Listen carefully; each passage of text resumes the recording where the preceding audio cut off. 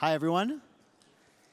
Welcome to day 2 of the 2018 MIT Sloan Sports Analytics Conference. My name is Sam Fetter, and I'm a first-year MBA student here at MIT Sloan and the student lead on Business Analytics 2.0, Redefining the Sports Business. It's my pleasure to introduce this panel's distinguished speakers. Starting on your left, John Faris is Senior Vice President and Head of Data and Marketing Services at Ticketmaster. Charlie Freeman is COO with the Orlando Magic. Jessica Gelman is CEO of the Kraft Analytics Group and our conference co-chair. Brian Lafemina is Senior Vice President, Club Business Development at the National Football League. The panel will be moderated by MIT's own Ben Shields, Senior Lecturer at the Sloan School of Management.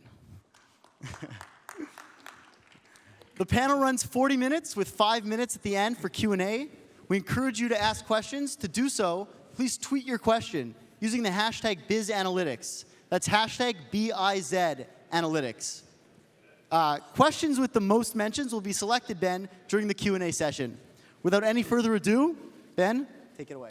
Thank you, Sam. Nice job. Good afternoon, everybody. Thank you for joining us for the Business Analytics 2.0 panel. We have a great group of panelists here.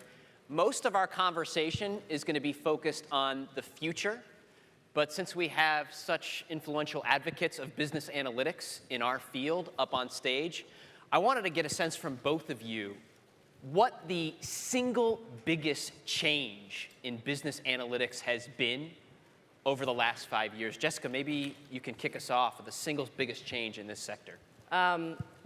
This was the main panel room for the Sloan conference 5 years ago. That was the biggest. I mean, I think overall, the biggest thing is obviously the amount of data that is available today versus where we were 5 years ago. Basically 90% of the data that we have today was created in the past 2 years, and the amount of data will double every 2 years. I don't know if that's in perpetuity, but for a long time. And so for businesses, I will often say that it has been a competitive advantage, and I think now teams, leagues, partners understand that they need to get their house in order in order to just deal with what's happening broadly with data as an asset. I went and heard Michael Dell speak a couple of months ago, and he said that data is the 4th industrial revolution. And I felt great about that, obviously. But I think that's true, and I think people are really understanding where we need to go. Great. Charlie, single. Yeah, I would say it's very difficult to say there's one specific thing. I would say just a lot of different things. For us, the transformation that we're seeing right now is going from traditional marketing to digital marketing. And we just restructured our organization. Anthony Perez is now our Chief Marketing Officer. He came from an analytics background. And really, first time, I think, an NBA team has gone 100% away from traditional marketing. So 100% digital, doing all those things. And we're seeing success for it. And so for us, that's been a big, big win. And again, just using data, using the automation to be just more sophisticated. Okay. John, friend of the conference for a while? Yeah, so I think taking the 5-year perspective, probably the biggest thing is just the staffing by the teams themselves around analytics for the business side. So I remember 6-7 years ago at this conference, most of the topics were about player eval, draft, on-field performance. Do you make the person go left or right? And none of the teams really want to share that with the other teams. And there were a couple sessions that were about how to understand the fan, how to take advantage of all the different data, how to better price your tickets. Now I think it's flipped quite a bit. It's not flipped all the way because that other stuff is cooler, but there's a lot more topics about that, and the teams have actually staffed up. So the other trend that I think is now just happening is that the data team and the analytics group is not in a silo. It's being sort of pushed more broadly across the organization so that it's in the sales department, it's in the marketing department. It's not just like an IT function. Yeah. And Brian? I would say the biggest change is the culture. That there's a culture of data, there's a culture of analytics that exists in our business today that just didn't exist a few short years ago. And I would say that what that's led to is the kind of talent coming into this business that never had before. I think there was a sameness of thought across the entire industry, and I've been doing this for a long time. And to see the kinds of thought leaders that are out here in the audience who are now in our business has made us better across all facets of the sports industry, whether that's on the player evaluation side, whether it's on the ticket sales and marketing, whether it's on the sponsorship side. We desperately needed this kind of talent to evolve into a real business, which I think was lacking for a long time. It's interesting, a common theme across all four of these answers is that it sounds like the use of analytics is going much deeper across Absolutely. every organization's operation. And so I want to dig into that topic a little bit, and maybe Jessica, for you, how are you seeing your work at Kager and with your clients extending the use of analytics across the operation? More maybe just in marketing, right? So how are we extending the use of analytics across an organization's operations? Well, I think I can provide a little perspective of where we started originally before we spun out into Kager, which it was very much focused, again, on marketing. What are our customers doing? Looking at really email marketing. And then it evolved over time to beyond, say, ticket pricing to actual inventory management on both our ticketing side, our retail side, and then really because of the investment that we made in Kager, we've really been able to extend so much further to, people talk about sponsorship, but actually understanding what is available for sale. And I think that's very unique. We're doing stuff on the stadium operations side. What food is selling best for which game, whether it's a night game or a day game. And I think specifically on the retail side, which I think is very unique and people are getting more interested in, really looking at kind of like SKU level information and making sure we have the right products that our customers actually want. And so where we have historically seen a heavy focus on revenue optimization, which is important and everyone should start there because that's how you get your early wins for folks to invest more in what you're doing. I think over time, people begin to understand that if you don't have the products that people want and need to buy because your supply chain isn't strong, then you're not going to be able to continue to sell more items.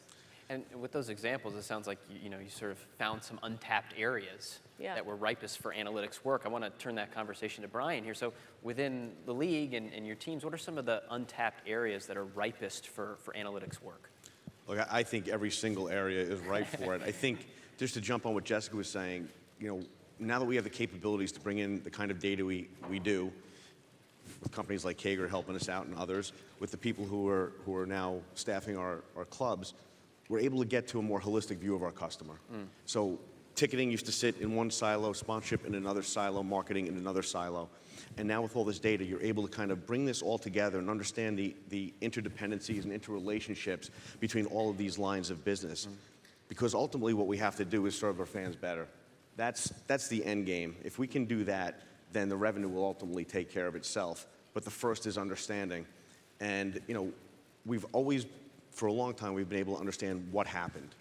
Like, you take a look at a data set and you say, okay, this is what happened. I think what's more interesting and something that we're focused on is why is it happening? To understand why it's happening gives us the power to then pivot and evolve and change what we're doing. We'll always hear people talking about how millennials are less interested in sports. Now, that may or may not be true, but if it is true, I want to know why that is. What can we do about that? And I think by having all these data sets coming together and understanding sort of a customer path and understanding how tickets and sponsorships and suites and all this stuff comes together is going to ultimately give us the blueprint to make the business stronger and better. If I can piggyback off of what you were saying, one of the most fascinating parts of when we first started Kager was the lack of understanding, or we felt was a lack of understanding of what analytics actually is. And I mean, you were basically saying this, but many folks are still in the early stages of just doing descriptive analytics. So if you look at the way that analytics can go, it's, you start with descriptive, which is just like how many season ticket members do you have, what's their tenure, some basic demographic stuff, and then you want to move to predictive, doing retention modeling and clustering, and then you move to prescriptive, which is, okay, what are we going to do to alter that behavior? And I think there aren't that many people who are at that end, and that's where everyone is trying to get.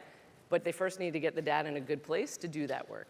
Yeah. Charlie, can you speak to where you're at on that analytic spectrum Yeah, so as I mean, Jessica had laid out? It's been a great journey. Anthony and Jay have really grown our areas, and we started 9 years ago, and we started with a data warehouse.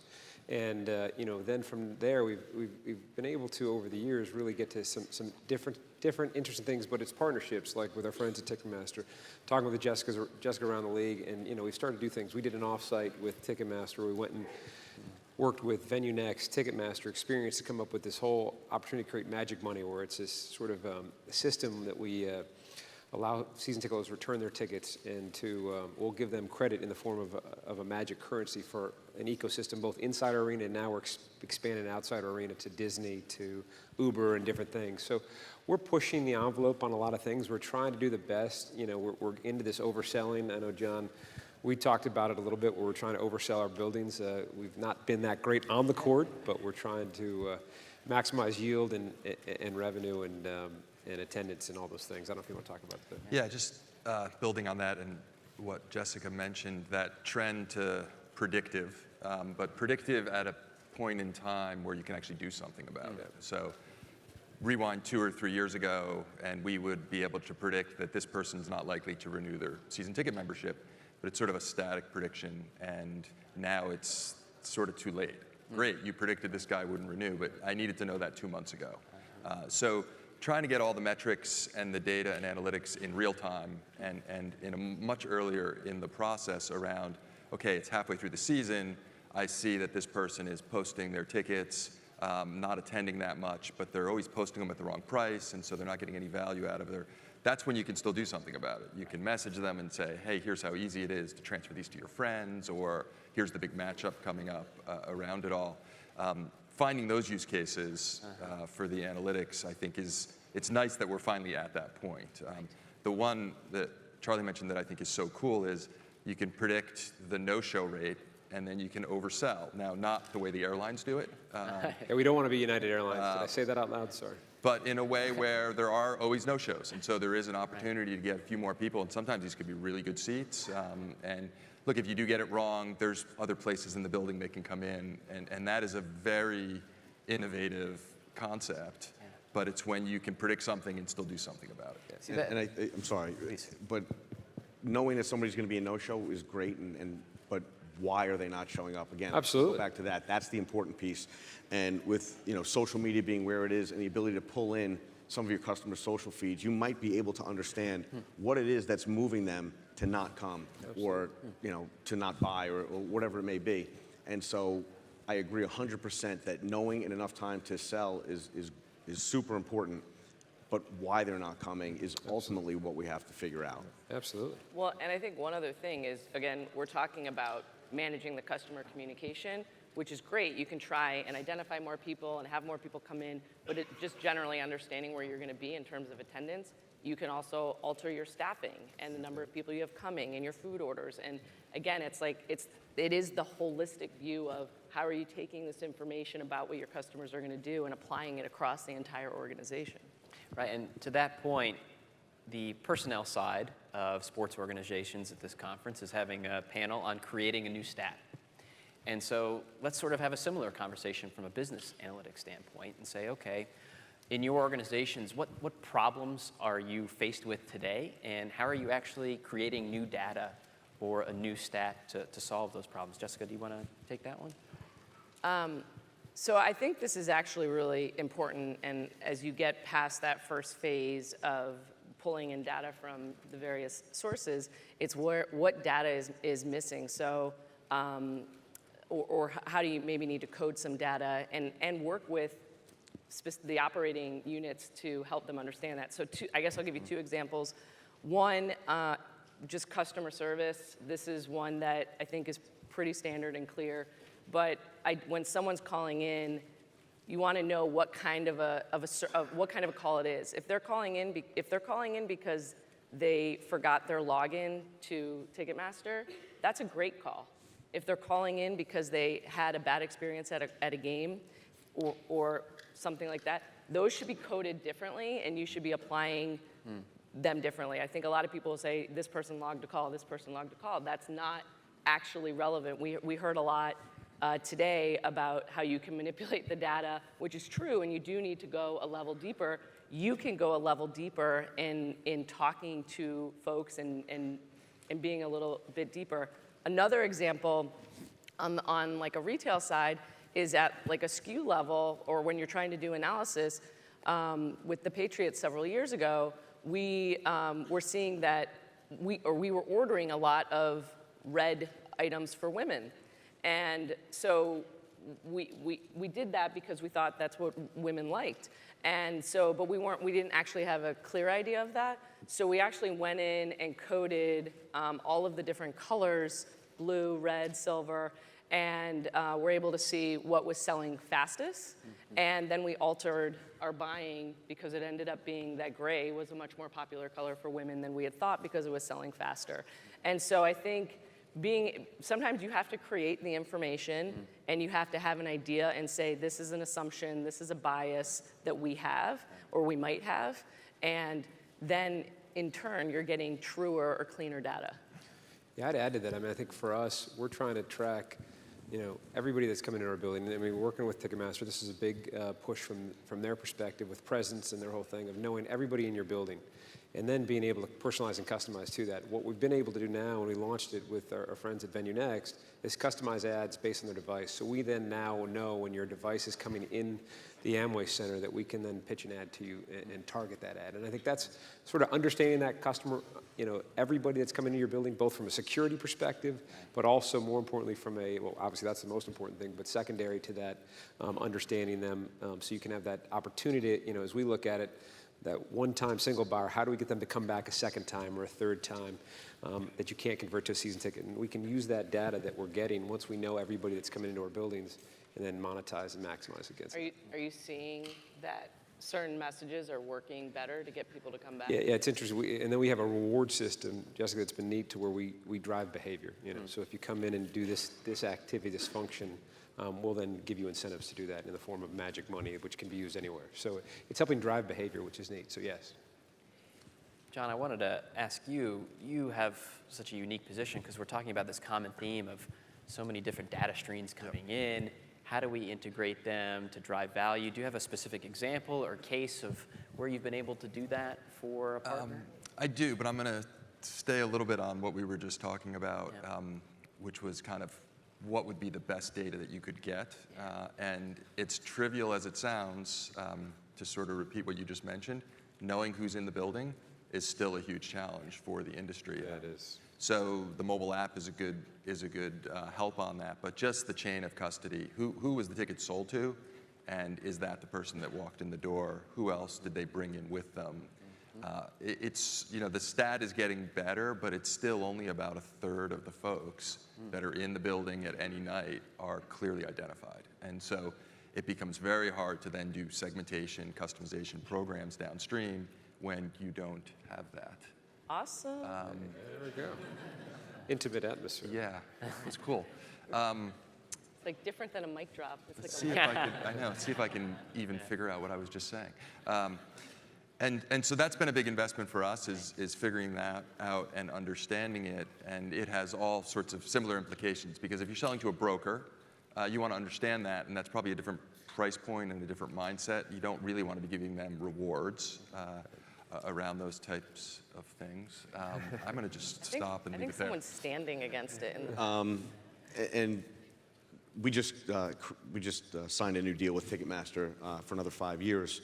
And going to all digital ticketing for the NFL was a big component of that. And using the presence system was a huge component of that because, to John's point, it's amazing that in 2018, we know who bought the ticket, but we don't know who's actually coming to the game and who our customer is. So we have no way to market to those folks. So for a league that 5 or 6 years ago didn't even have variable pricing, to be moving that quickly to where everything is going to be digital, and I want to commend our partners at Ticketmaster for agreeing to also open up the system, whereby we're going to have other platforms in our ecosystem, whether it's StubHub or others, that we're also going to understand who bought the ticket, what that chain of custody was. So as opposed to just having the data from our ticketing partner, we're going to know across the entire secondary ticketing marketplace who's buying the tickets, who's in our building, And I think that the power of that data with our other data partners like Kager are going to give us a wealth of information that up until now we just haven't had access to. Well, and I just want to add, you're very humble always, but Brian, you drove that opening of the ticketing of distribution, and that's going to be completely game-changing for the industry. The NFL will be the first, but many other leagues will follow.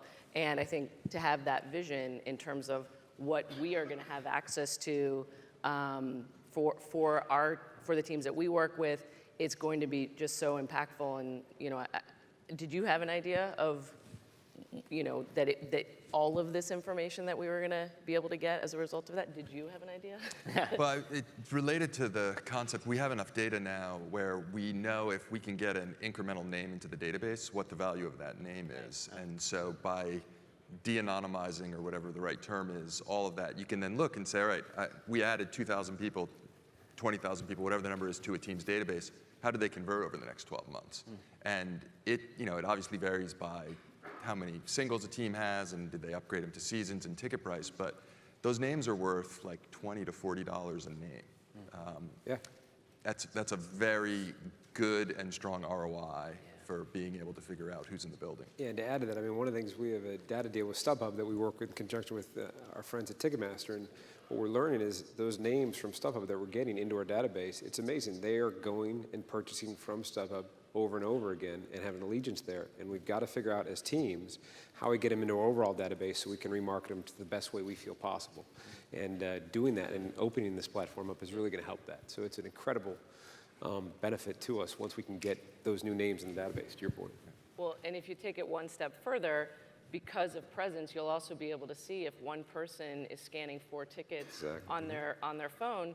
You might then make the leap that that's a family, and you might offer them a different type of product. Absolutely. And there's so many creative things that we don't know now that are gonna come out of it. Yeah.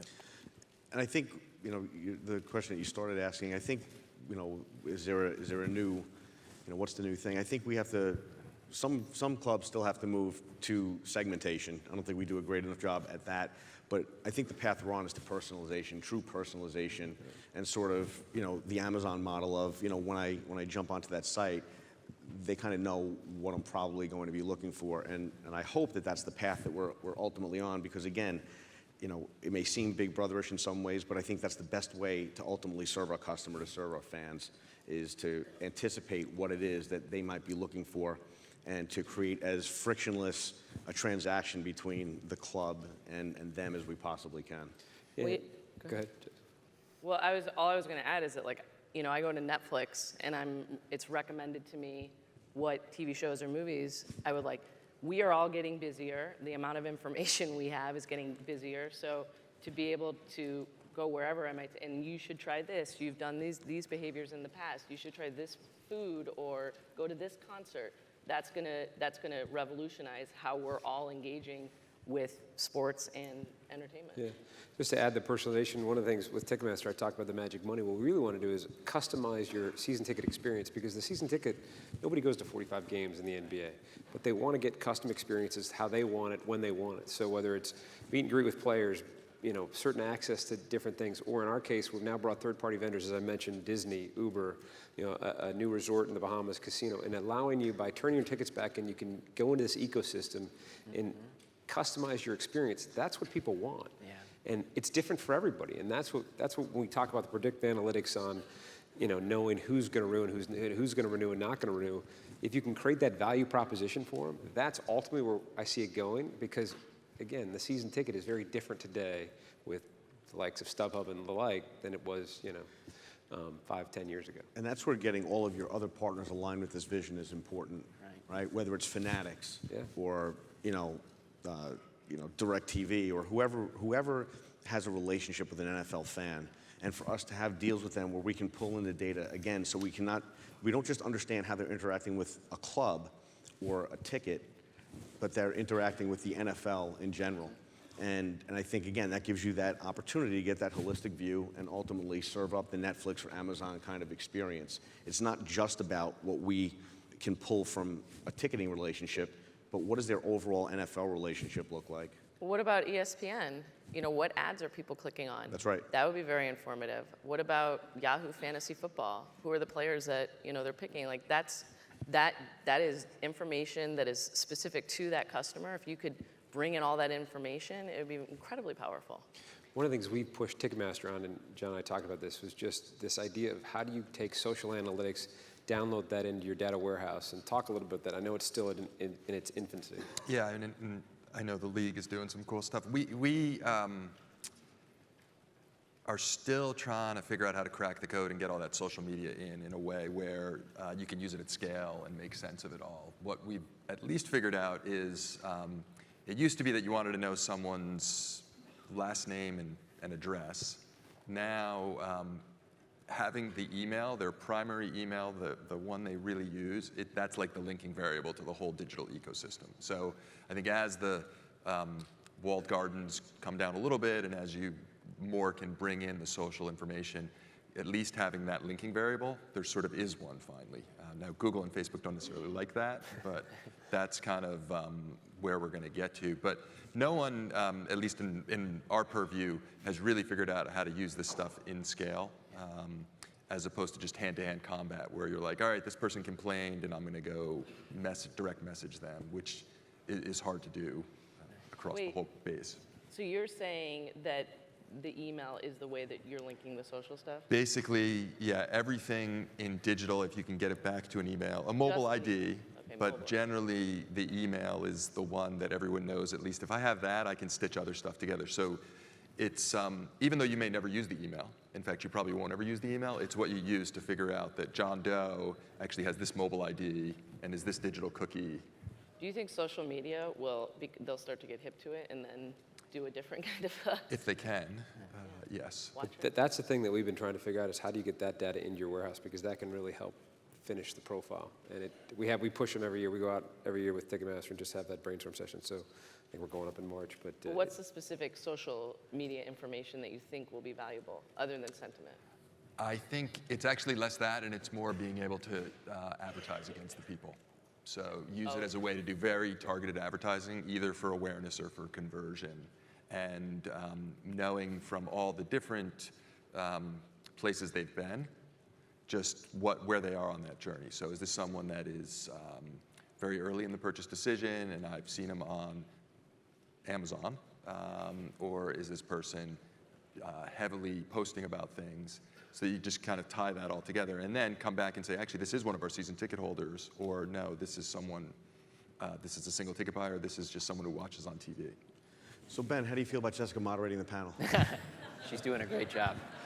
She interviews Obama and all of a sudden she thinks she can take everybody's job. It worked out okay. Yeah, I think we're moving along just fine. So I want to have this conversation because we've been talking in the industry for so long about personalization, right? And what I'm hearing from each of you is that it's kind of almost here. You know, it's here. But there are some major issues, some barriers to that personalized vision. Go ahead. No, I was just going to say, the people who are up here on the panel are like just really far ahead. Like most folks are still at the descriptive. Yeah. So to help those folks get to where you're at, I think we had this conversation about creating new data to deliver a more personalized experience. How should some of these early adopting analytics organizations also think about technology investments? Okay, so none of this is going to happen just with our human brains.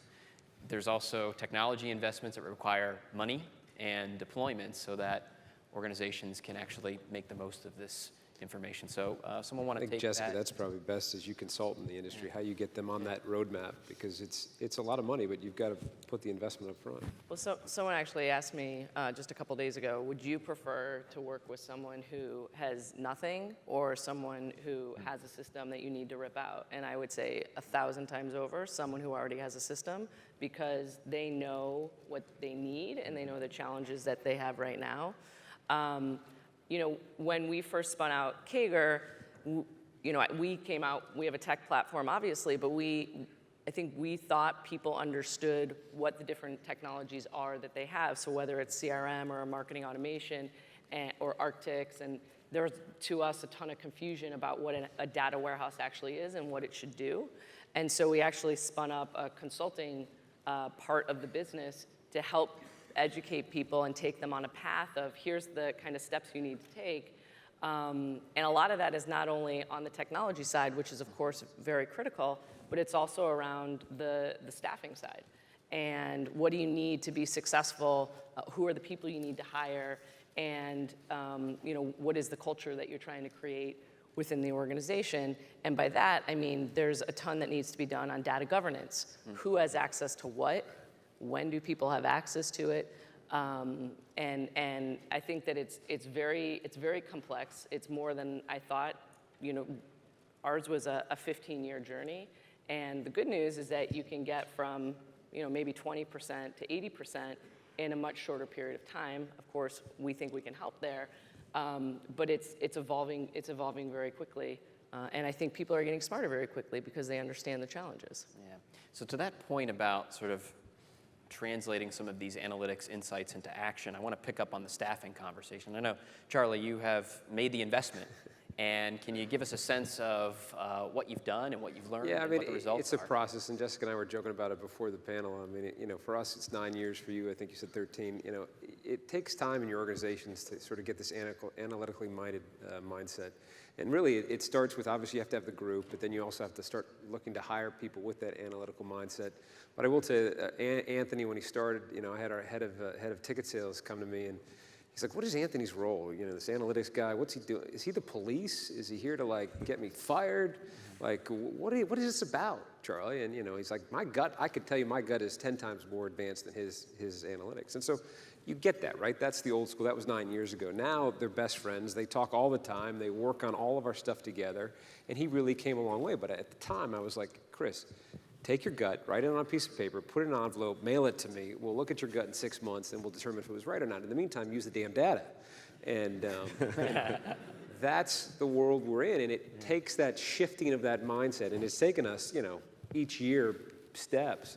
But you need to. And now it's just a part of our organization. Everybody goes through it. And now I kind of laugh because they come to me together, and it kind of now frustrates me a little bit because they're teaming up on me. But it's a well thought out decision with all angles. Just to what Obama said yesterday, surrounding yourself with diversity of thought and having a team that thinks differently and having all those data points. And now those decisions are made, but it takes time. I'm going to tell all of you, as you're starting on this journey, if you're in the middle of the journey, stay with it, be patient. You could probably add to that. Well, we have two very different clients that we're dealing with right now. That, as an example, one is the Sixers, who are very advanced and innovative as an organization. They definitely have staffed up in a very meaningful way. And with them, we were going in and ripping out a system and putting in a new one with new capabilities.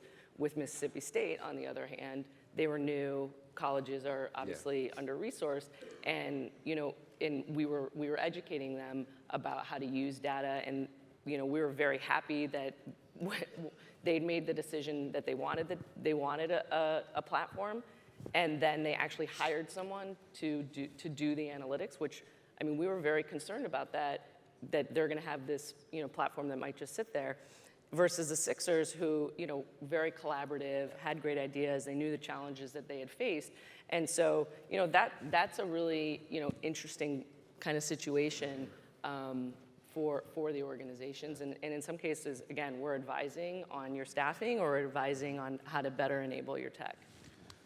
Yeah, I'll just go back to what I said at the top, which is culture. Culture is the most important thing, and I think the example that Charlie brought up is perfect, because the truth is that you could have the smartest analyst in the world and plug them in, and if they're not with somebody who's been doing ticketing for 15 years, they're not going to be as effective, and vice versa. Even when we built our club business development team at the NFL, we had some people who I'll call functional experts. They had worked at teams, they'd been sponsorship people or ticketing people or marketing people, and we brought in some really super smart analysts.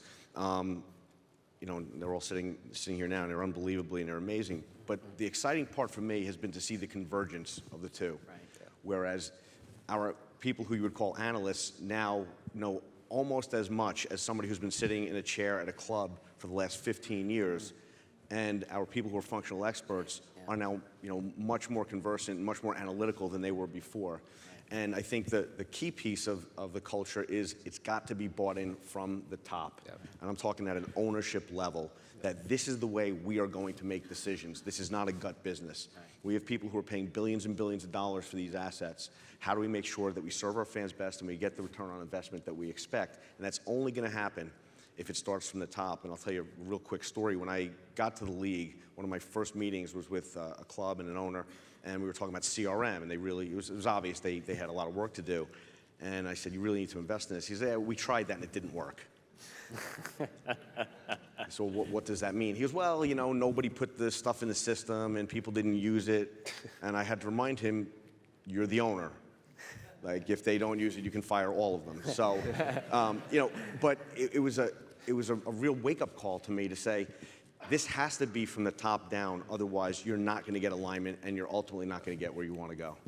Yeah, and I pick up a little bit on that. When we think about culture, and probably one of the most important things, at least in the data and analytics world at Ticketmaster, is to find people where they can make the data and analytics simple and explain it, as opposed to this tendency to actually say, oh, it's analytics, it's really complicated. Like, that model, I can't explain how that works, just trust the answer. Yeah. It's really the flip side, which is make it as, don't make it intimidating, and make it clear what the answer is and make it simple. Because very often, at least in our world, we're providing models or recommendations that someone else then has to explain up to their boss. And if they're just saying, trust me, it's not going to get used, and it's all going to fail. And it really shouldn't be mysterious. I mean, it should be that there's a reason why the data is saying what it is that someone can explain in a few bullet points around it all. Yeah, I'd add to that. I think that is probably the most critical thing in today's business.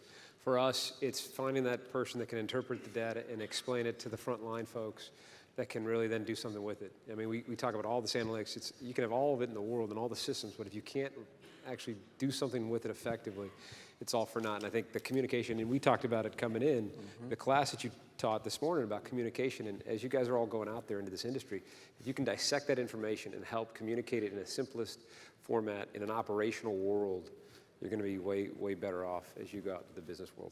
Well, I think that's actually something that I'm going to echo that, but I think take it one step further, which is that early on in any process, there's going to be someone who is potentially providing the information in the form of a spreadsheet or a PowerPoint presentation, and kind of the goal that we have is to provide that data to you, right, in data visualizations that anyone at any level has access to. And this whole thing about transparency, like, I get really concerned about one area having all of the data, and how do you make it so that people are looking at the same information and it's consistent. And so the data visualizations, which for what we do, we think is a really critical part to make the information and the data come to life. And that is difficult, or can be difficult, but really critical. Yeah, it is.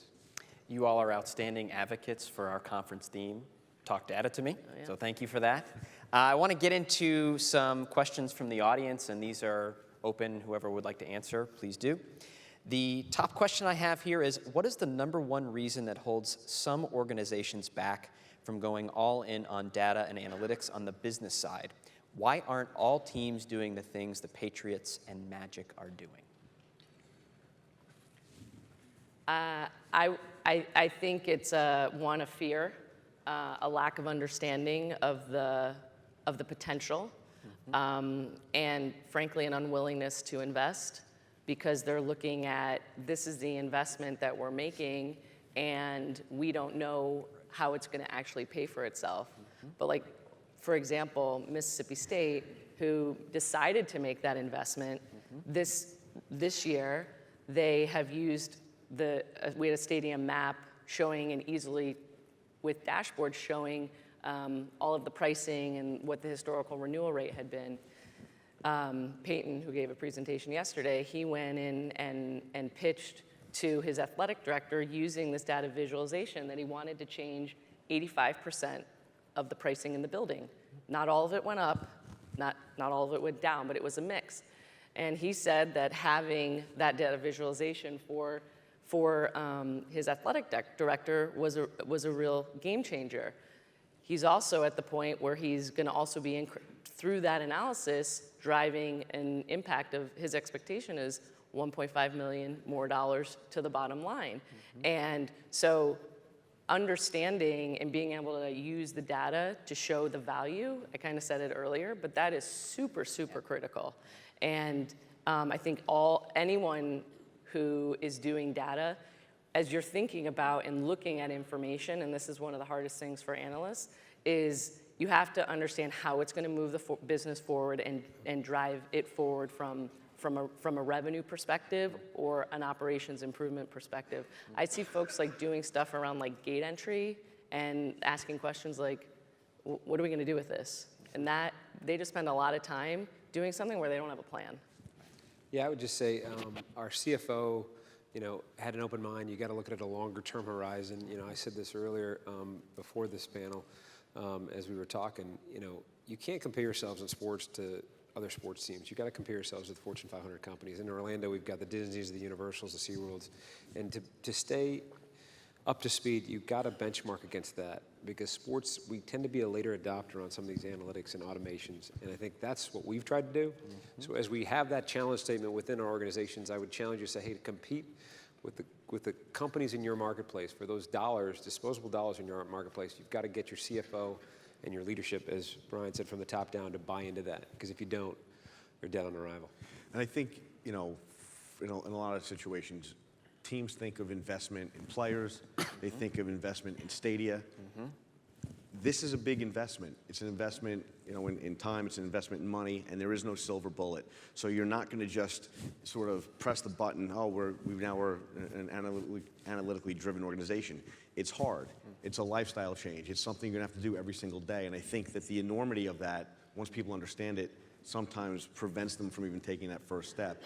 But we encourage all of our clubs that this has to be a crawl, walk, run. You're not going to get there tomorrow, and you have to understand that. And you have to be committed to it over a really long period of time. But it's absolutely essential if you want to compete in the future. Yeah, organizational change is a long-term effort.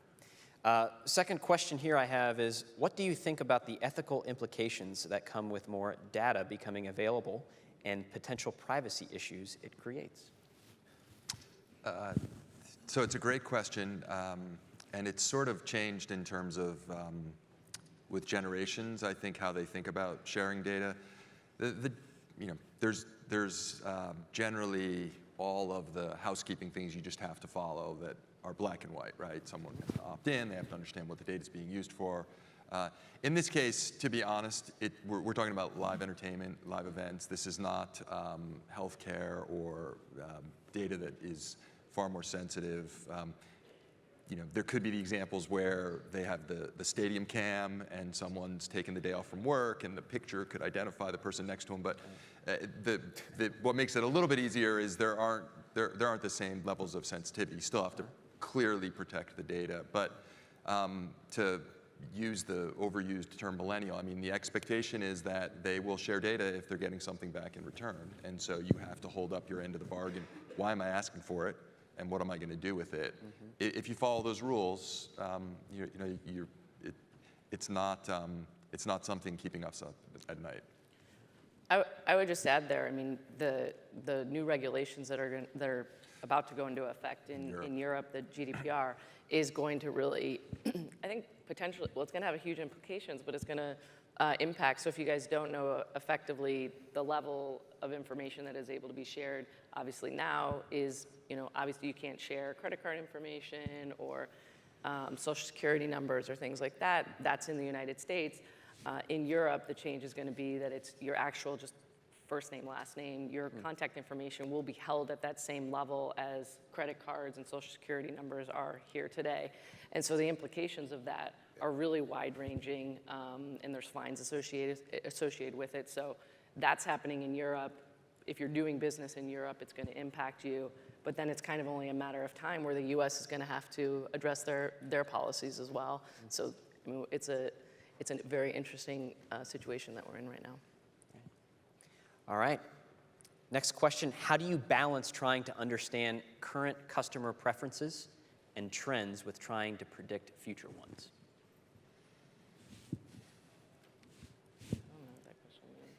Whenever I have a question like that, I call Jessica and ask her what the answer is. Well, I think it does come to what Brian mentioned about the why.